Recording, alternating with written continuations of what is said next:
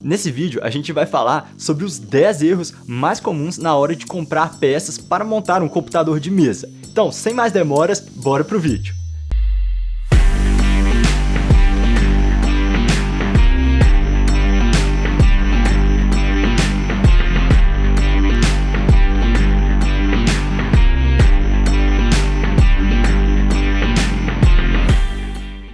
Antes da gente começar, eu vou enfatizar que esse vídeo são só erros que a gente comete antes de comprar as peças. Eu vou fazer um outro vídeo sobre os erros na hora de montar e um também depois de montar e vou deixar eles nos cards aqui em cima e também no final do vídeo.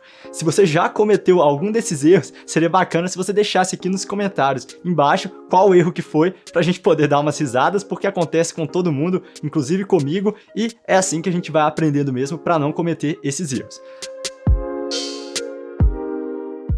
Na hora de comprar uma fonte para alimentar o seu PC, muita gente fica com medo de não ter potência suficiente na fonte e acaba exagerando, comprando uma fonte com muitos watts a mais do que precisa.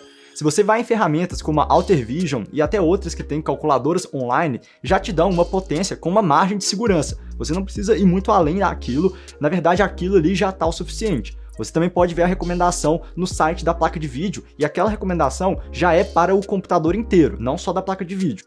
Muitas vezes uma fonte de 450, 500 watts já atende a maioria das pessoas, mas mesmo assim muita gente fica pensando, vou comprar uma maior para no futuro se precisar, só que ainda é um pensamento um pouco errado porque os componentes vão ficando mais eficientes com o tempo e não menos. Então se você compra uma fonte hoje que já te atende, é muito provável que quando você trocar alguma peça, você vai precisar de menos potência ainda da fonte e não mais.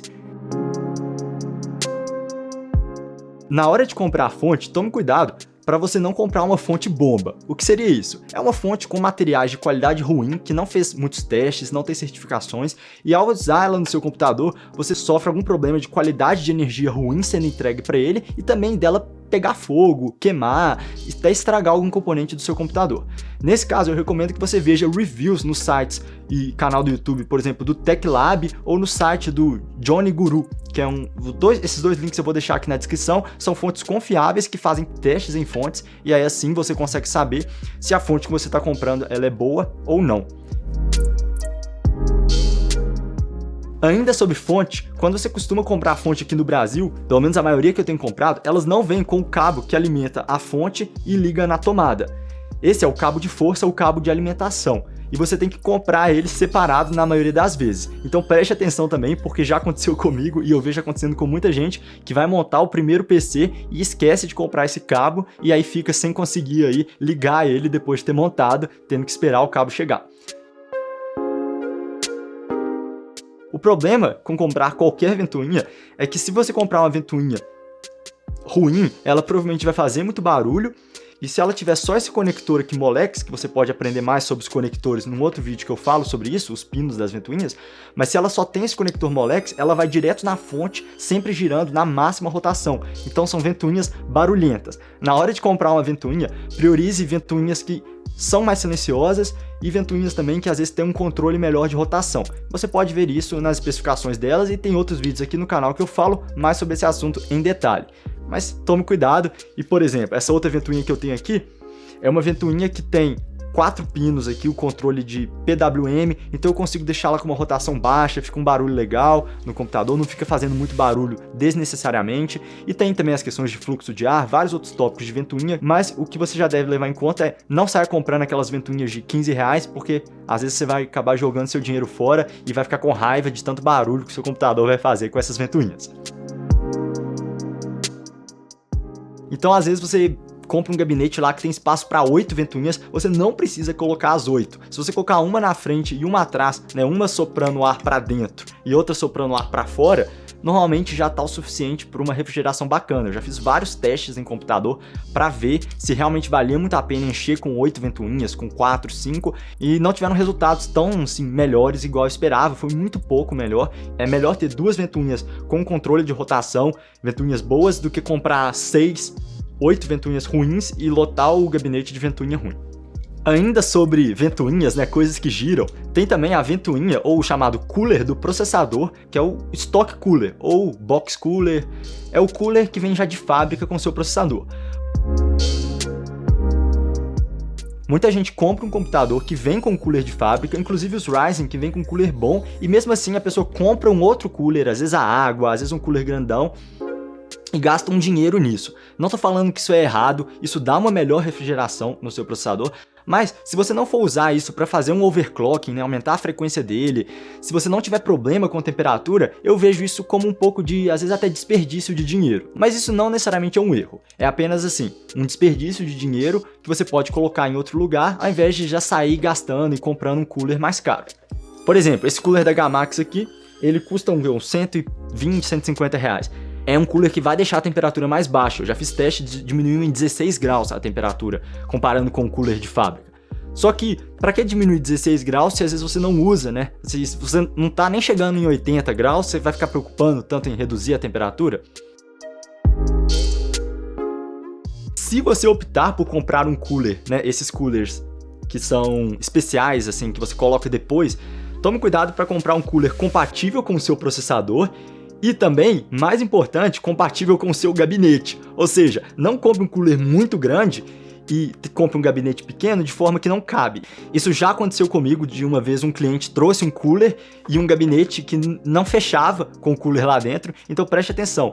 Alguns gabinetes, você olha lá nas especificações dele, ele fala a altura máxima do cooler permitido, e aí você tem que conferir com a altura do que você está pensando em colocar. Beleza? Vamos então para o próximo, 7º erro. Além do cooler, que às vezes não cabe e não fecha, agora é importante mencionar também que muitas vezes a placa de vídeo pode não caber. Se você está comprando uma placa de vídeo normal, essa mesmo, com 2 ventoinhas, é provável que ela caiba no seu gabinete. Mas se você optar por uma placa de vídeo muito comprida, muito grande, né, com essa dimensão aqui grande, pode ser que ela não caiba dentro do seu gabinete. E aí também nas especificações do gabinete você tem que olhar qual é o comprimento máximo de placa de vídeo para você não errar nisso também. Na hora de comprar um computador, eu acho muito importante ter um SSD. Se você comprar esse SSD SATA 2,5 polegadas, você não vai ter problema de compatibilidade e qualquer computador aceita ele. Só que o erro 8 que eu vou falar aqui é você comprar um SSD daquele tipo M.2, que é aquele SSD menor, e tentar colocar ele incompatível com a sua placa-mãe. Primeiro, sua placa-mãe tem que ter uma entrada para o SSD M.2, se você quer um SSD desse tipo. Mas além disso, existe o M.2 SATA e o NVMe. E antes de comprar um SSD desses, você tem que conferir qual é o modelo que a sua placa-mãe aceita. A maioria do mercado hoje já aceita o M.2 NVMe, mas vale a pena dar uma conferida nisso. O 9º erro que eu vou mencionar aqui é comprar um SSD muito pequeno, pensando, vou só colocar o Windows nele, então às vezes pega um de 120 GB, e realmente, se você não presta atenção, 120 GB acaba sendo muito pouco. Se você lotar o SSD, o desempenho do computador começa a cair, e aí isso vai prejudicar muito sua experiência com o computador. Então, preste atenção nisso. Se você comprar um SSD muito pequeno, você não pode deixar ele lotar. Normalmente, eu já recomendo pegar SSD de 240 GB para mais. Tome cuidado, que é o erro número 9, comprar um SSD muito pequeno. Que é um erro que ele é meio sutil e difícil de perceber, e muitas vezes ele pode acabar te pegando, igual já até aconteceu comigo. Às vezes você vai comprar as peças para um computador, e aí você pensa, eu não tô com muito dinheiro agora, vou comprar só um pente de RAM, e aí no futuro eu compro outro pente para colocar lá e aumentar, né, a capacidade de RAM do meu computador. E aí inclusive, comprando um só, você fica em single channel, que é o canal único, ao invés do dual channel, que seria colocar 2 pentes e ter um desempenho melhor com isso também. Mas o erro não está em comprar um pensando em comprar outro depois. O erro aqui é se você compra um e quando você vai comprar outro, você tem que comprar, na preferência, exatamente o igual. E mesmo com o igual, você pode ter problema. Eu vou citar aqui um exemplo meu. Quando eu fui comprar meu primeiro PC, eu comprei um pente de memória RAM que ia até 3.200 MHz de frequência. Mas tinha que fazer uma alteração ali no XMP dele, para ele chegar nessa frequência. Eu comprei o pente, estava rodando feliz lá em 3.200 MHz. Quando eu fui comprar outro pente de memória RAM, eu comprei um outro igualzinho. O mesmo fabricante, o mesmo modelo, igualzinho, e coloquei lá no meu computador. E começou a dar um tanto de problema. Tela azul, o computador... Nossa, um tanto de problema no computador, ele vivia dando tela azul, era um saco. E eu fui ver, o problema era justamente na RAM. Porque como a RAM tinha sido fabricada em tempos diferentes, elas já não estavam conversando muito bem entre elas. Então, quando ela estava tentando rodar a 3.200 MHz, dava problema. Eu tive que abaixar a frequência e hoje meu computador roda em 2.933 MHz, um pouco menos, para não dar nenhuma tela azul. E por que aconteceu esse erro? Porque eu não comprei uma RAM no kit. O ideal, quando você vai comprar RAM para o seu computador, é já comprar um kit de 2 memórias RAM. Não é nem comprar, tipo, vou comprar 2 de uma vez, compra uma aqui de 8, vou e compro outra caixa também de 8, vai lá e coloca. Esse nem é o ideal. O ideal é já comprar um kit, que no mesmo pacote vem 2 pentes de memória RAM ali, e aí você instala no seu computador, que aí você garante a máxima da máxima compatibilidade. Isso quer dizer que se eu comprar um pente aqui de 8 GB, depois comprar uma outra marca, outra frequência, e colocar no computador, vai dar problema? Não, não significa isso. E muitas vezes ainda funciona. Só que se você ainda fizer uma coisa de aumentar a frequência, pode perder desempenho e pode dar muita dor de cabeça com tela azul e esse tipo de coisa. Nada contra também a estratégia de você comprar uma agora e no futuro comprar outra, mas tenha em mente que isso pode ter uma pequena chance de dar problema, beleza? Vamos então agora para as dicas bônus, porque eu tinha pensado em 10, mas tem mais coisa aqui para falar. Esse erro parece até um pouco bobo, mas acontece demais, de você montar um computador e esquecer que um computador de mesa, ele não é igual um notebook, que já vem com uma webcam integrada, som, Wi-Fi, Bluetooth. Não, um computador de mesa não costuma vir com nada disso. Então, se você está montando o seu, você tem que comprar uma webcam separado, ou usar a webcam do seu celular, tem vídeo que eu falo sobre isso. Você também precisa de uma antena Wi-Fi. Essa daqui mesmo é porcaria, estragou em uma semana, não recomendo. Recomendo as da TP-Link, por exemplo, esse daqui pequenininho, de Wi-Fi.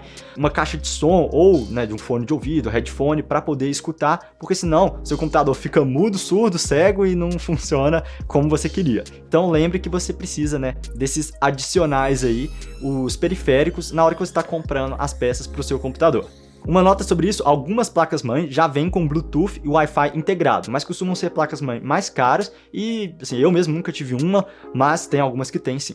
Claro que comprar um computador não são só essas dicas que eu falei, tem muito mais por trás disso, inclusive eu tenho uma playlist aqui no canal que eu explico como comprar cada componente, e aí até lá você identifica esses erros, você aprende, tudo sobre esse processo. E aí eu vou deixar um link para essa playlist aqui na descrição para depois você conferir se tiver interesse.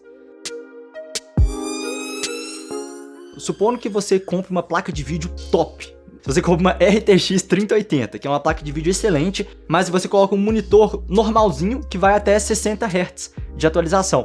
Então você fica com uma placa de vídeo que seria capaz de entregar uma taxa de quadros, um FPS altíssimo nos jogos, só que o seu monitor não vai conseguir te mostrar isso.